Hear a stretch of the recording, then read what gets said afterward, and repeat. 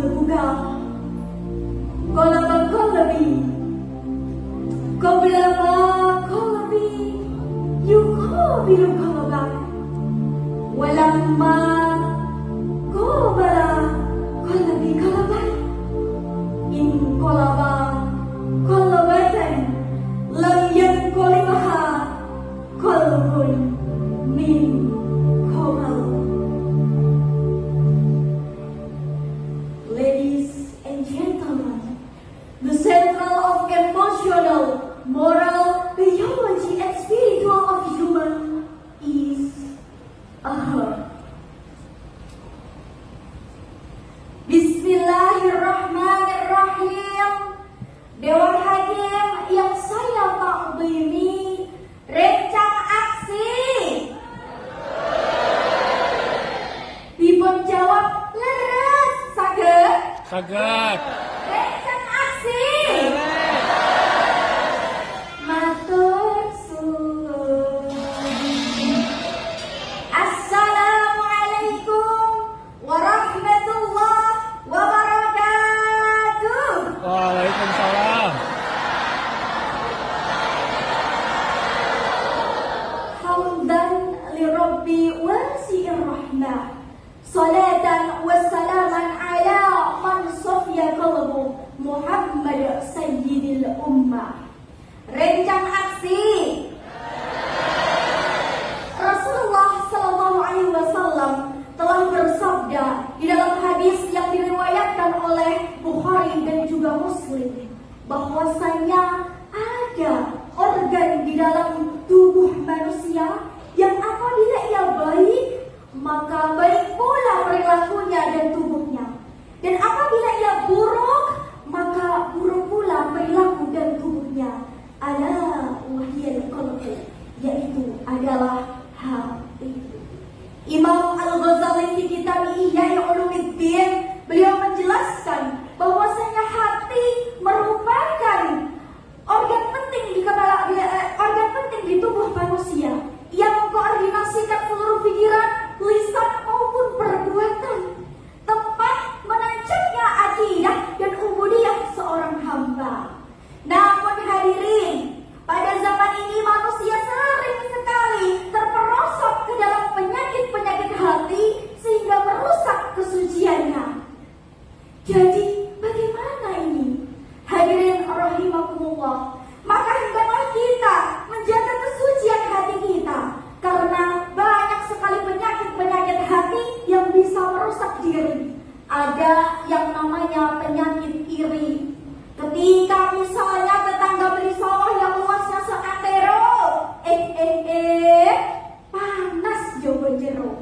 Bahkan Ustadz Wijayanto menyatakan ada yang namanya SMS.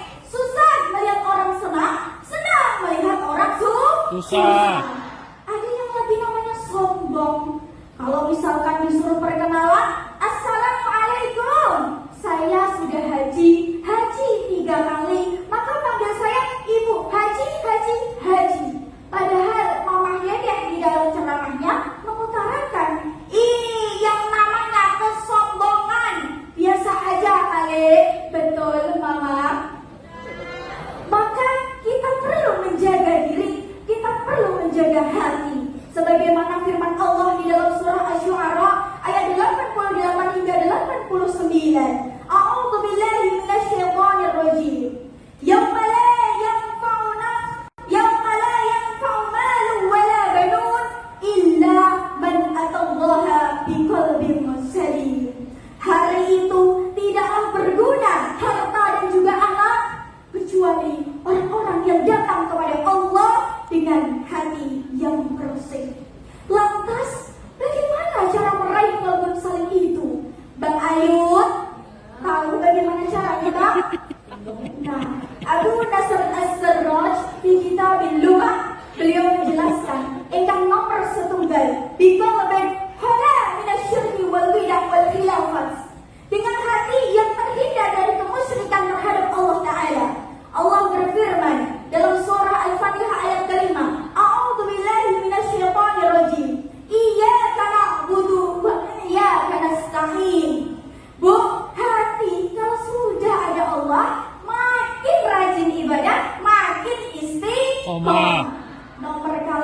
biqalbin khala minal hasadi, dengan hati yang tidak ada iri dan dengki di dalamnya. Karena Rasul Shallallahu Alaihi Wasallam di dalam hadis yang diriwayatkan oleh Ibnu Majah, Rasul Shallallahu Alaihi Wasallam ditanya oleh sahabatnya, ya Rasul, bagaimana orang yang utama itu? Orang yang utama ialah mahmulul qalbi wa sudukul lisan. Tidak ada di dalam hatinya kemusyrikan, dendam dan juga iri dengki.